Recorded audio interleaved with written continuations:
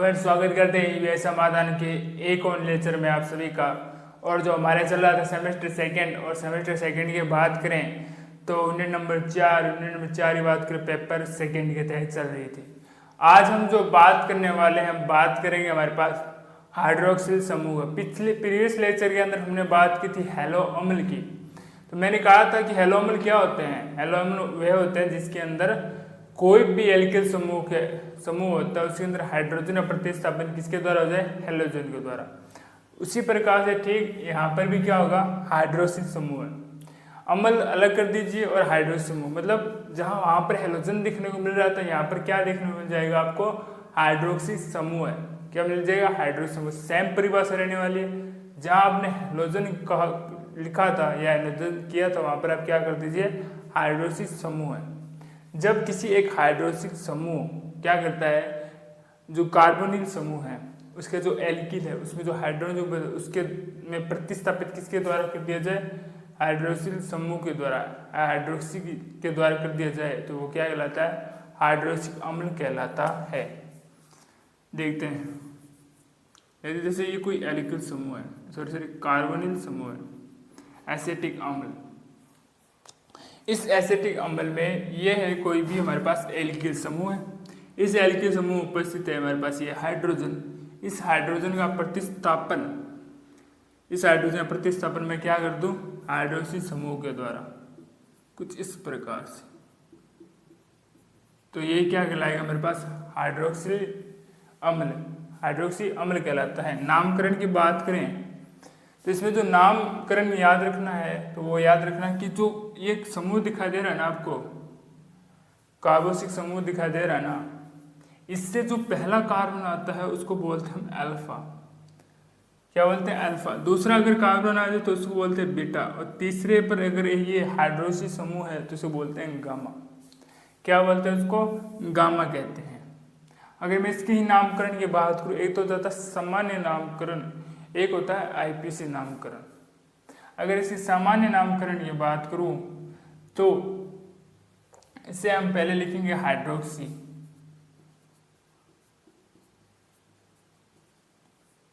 किस स्थिति पर है ये, अल्फा पर, पहले समूह पर, अल्फा हाइड्रोक्सी। कितने कार्बन है इसके अंदर, 2, एथेनोइक अम्ल।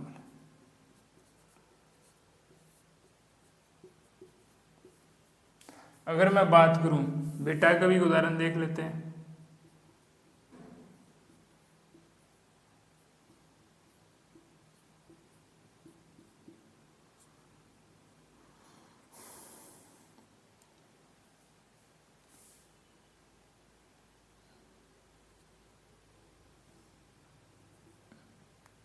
ठीक है, और बीटा की बात करें तो देखिए यहाँ पर अल्फा और ये बीटा कितने हैं, 3 है। प्रोपोनिक अम्ल तो आ जाता है बीटा हाइड्रोक्सी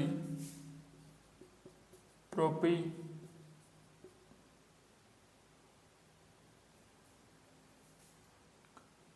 प्रोपिनोइक कर देते इसको, प्रोपिनोइक अम्ल।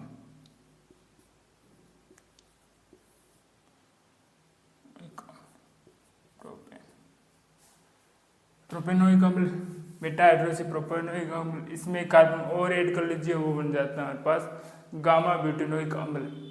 ये हमारे पास आ जाते हैं इसके नामकरण की हमने बात कर ली है कि किस प्रकार से इसके आईपीसी और सामान्य नाम कर सकते हैं। आईपीसी के नाम करें तो आप चाहें तो इसको जितने नंबर पर कार्बन हो उतने नंबर पर समूह को नाम दे दें, जैसे 2 हाइड्रोक्सिक एथेनोइक अम्ल, 3 हाइड्रोक्सी एथेनोइक अम्ल। इस प्रकार से आईपीसी नाम देते हैं, जिस प्रकार से हमने हैलो अम्ल के अंदर किया था। अब देखते हैं इसके कुछ बनाने की विधियाँ।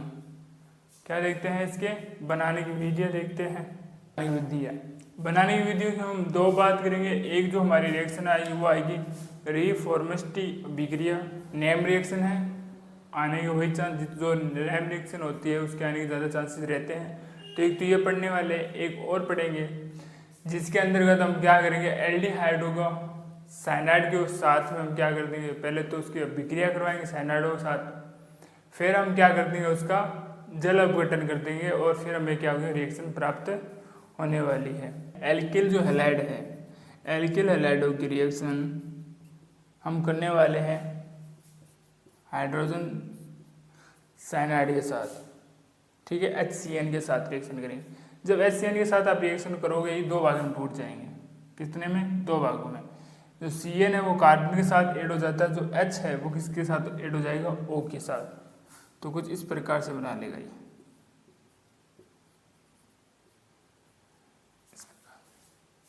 ठीक है। फिर जो ये रिएक्शन है O, फिर उत्पाद किस प्रकार से बनाती है?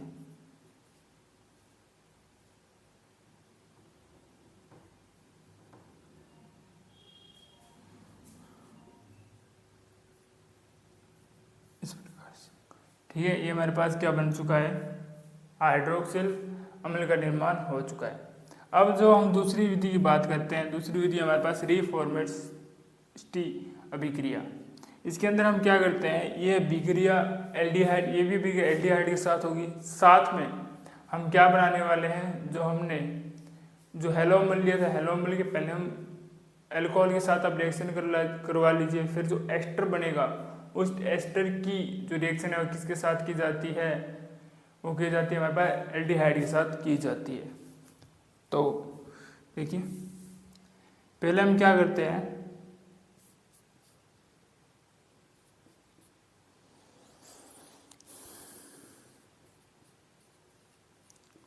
क्लोरो एसिटिक अम्ल ले लेते हैं। ये हमने कोई अल्कोहल ले लिया है, ठीक है। इससे क्या निकल जाता है? जल का अणु।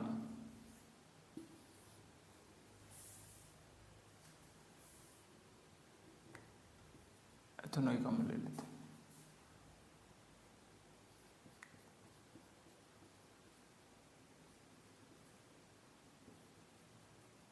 ये रहा।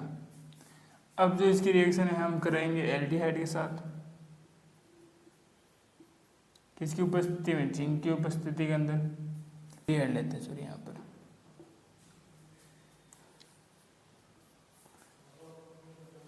यहाँ पर क्या हो जाता है? OH ऐड हो जाता है। यहाँ पर हाइड्रोजन क्लोरीन बाहर निकल जाता है, ठीक है। फिर हम क्या लेते हैं? 2H2 लेते हैं। H2 कितने अणु लेते हैं? 2 अणु लेते हैं। एक अणु होगा वो तो ऑक्सीजन के पास जाकर ऐड हो जाएगा OH के रूप में। एक क्या करेगा? क्लोरीन के साथ निकल जाएगा HCl के रूप में, और पुनः यहाँ से इतना ये निकल जाता है। और इसके साथ क्या होता है? एल्डिहाइड के साथ केवल और केवल यहाँ पर ऐड होगा OH समूह। ऐड हो चुका है, पूरे समूह को हमने यहाँ पर ऐड कर लिया इस प्रकार से। फिर हम क्या करते हैं? H3O प्लस, पुण्य बाद में क्या होता है? ये पूरा समूह निकल जाता है, ये वाला। तो यहाँ पर क्या बचता है?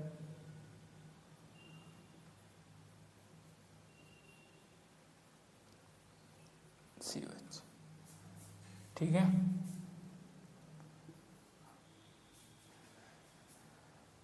अब हम देखने वाले इसकी क्रियाविधि। ये क्रियाविधि किस प्रकार से होती है इसकी?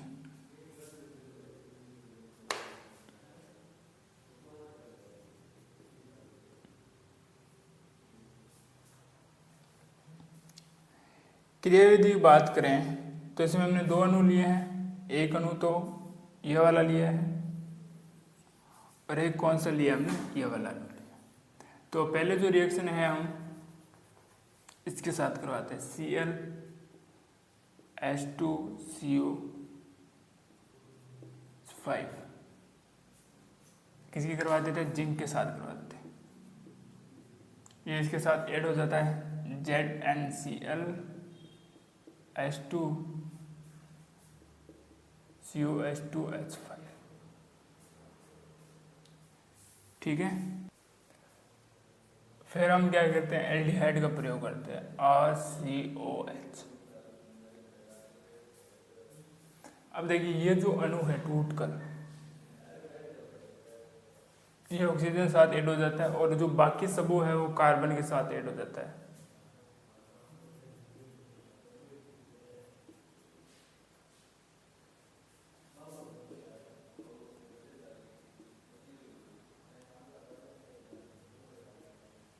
फिर इसके जल के साथ रिएक्शन करवा दीजिए।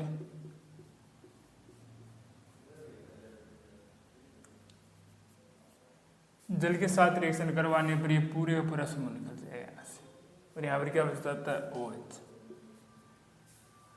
यहाँ पर क्या बच जाएगा H, और ये भी समूह निकल जाएगा C2COH। एक बार पुनः देख लेते हैं हमने जो बात की थी वो बात की थी हाइड्रोक्सिल समूह की। जिस प्रकार से हम बात करते हैं हैलो अम्ल की बात करते हैं, उसके अंदर जिस प्रकार से हैलो अम्ल के अंदर हैलोजन क्या करता है, कार्बोक्सिलिक अम्ल में जो हाइड्रोजन का प्रतिस्थापन से हैलोजन का निर्माण, हैलो अम्ल का निर्माण होता है, उसी प्रकार से यहाँ पर भी कार्बोक्सिलिक अम्ल के अंदर जो हाइड्रोजन है उसका प्रतिस्थापन किसके द्वारा हो जाता है, हाइड्रोक्सिलिक समूह अर्थात OH समूह के द्वारा। तो हमारे पास क्या बनता है, हाइड्रोक्सिलिक अम्ल बनता है। हमने नामकरण की बात की, मैंने कहा जो भी कार्बोक्सिलिक अम्ल है उसके पास वाला जो कार्बन है उसको बोलते हैं हम अल्फा, उसके सेकंड कार्बन है उसको बोलेंगे बीटा, और उसके अगला हम क्या बोलेंगे गामा। तो हमने कुछ नामकरण भी देखे थे, ये रहे। फिर हमने इसकी दो बनाने की विधियाँ, पहले हमने बात की थी साइनाइड की बात करते हैं, HCN के साथ इसकी रिएक्शन करवा दीजिए। HCN दो भागों में टूट जाता है, H और CN। दोनों स्थिति के अंदर हम एल्डिहाइड का प्रयोग लेते हैं। जो O है वो ऑक्सीजन के साथ ऐड हो जाता है और CN कार्बन के साथ। फिर इसका हम क्या करते हैं, जल अपघटन। जल अपघटन करवाओगे तो हमारे पास क्या बन जाएगा, हमारे पास हाइड्रोक्सिल अम्ल बन जाता है। दूसरी हम बात करते हैं रिफॉर्मिस्टी अभिक्रिया की बात करते हैं। इसके अंतर्गत हम क्या लेते हैं, पहले हम क्या निर्माण करते हैं, जो निर्माण करना है हमें करेंगे हम एस्टर का निर्माण करते हैं। तो अल्कोहल की रिएक्शन हम क्या करते हैं, क्लोरोएसिटिक अम्ल की हम एथेनॉल के साथ क्या करते हैं, इसकी रिएक्शन करवाते हैं। एथेनॉल के साथ करवाओगे हमारे पास क्या मिल जाएगा, हमारे पास एसिटिक अम्ल। उसी एसिटिक अम्ल की जो रिएक्शन है हम किसके साथ करते हैं, एल्डिहाइड के साथ। किसकी उपस्थिति में, जिंक की उपस्थिति के अंदर। और अगर जिंक की उपस्थिति में रिएक्शन करोगे आप तो क्या होगा, ये क्लोरीन दिखाई दे रही है, क्लोरीन साथ में हम H2 अणु का प्रयोग करते हैं। H2 अणु का कितने प्रयोग करते हैं, 2 अणु का करोगे ना, तब क्या होगा, HCl के साथ क्लोरीन निकल जाती है और यहाँ पे मुक्त मौलक के रूप में रह जाता है। और एक जो हाइड्रोजन और होती है वो OH के साथ ऐड हो जाती है। कार्बन के पास भी जगह रह जाती है मुक्त मौलक की, तो ये पूरे प्रश्न में इसके साथ ऐड हो जाता है। फिर हम क्या करते हैं, इसका जल अपघटन करवाओगे तो हमें क्या प्राप्त हो जाएगा, हाइड्रोक्सिलिक अम्ल प्राप्त हो जाता है। क्रियाविधि देख लेते हैं। क्रियाविधि के अंदर हम क्या करेंगे, पहले एस्टर के साथ, जो हमने एस्टर बनाया था एस्टर के साथ जिंक की रिएक्शन करवा दीजिए। जिंक क्लोरीन के साथ ऐड हो जाता है ZnCl के रूप में। फिर हम इसकी रिएक्शन एल्डिहाइड के साथ करते हैं। एल्डिहाइड की बात करें तो ये समूह 2 भागों में टूटता है, एक ZnCl और ये समूह। ZnCl है वो ऑक्सीजन के पास जाकर ऐड हो जाता है, जबकि ये जो समूह है कार्बन के साथ अटैच होगा। और फिर हम क्या कर देंगे, जल अपघटन। ZnCl बाहर निष्कासित हो जाता है और साथ में ये समूह भी निष्कासित हो जाता है। हमारे पास क्या बचता है, हाइड्रोक्सिल समूह का निर्माण होता है। ये लेक्चर आपको अच्छे से समझ में आया होगा। फिर भी मन के अंदर कोई डाउट्स रहता है तो उसको कमेंट बॉक्स में लिख दीजिएगा। आने वाली क्लास के अंदर उसका जरूर सलूशन दिया जाएगा। मिलते हैं आपको एक और लेक्चर में, तब तक के लिए धन्यवाद।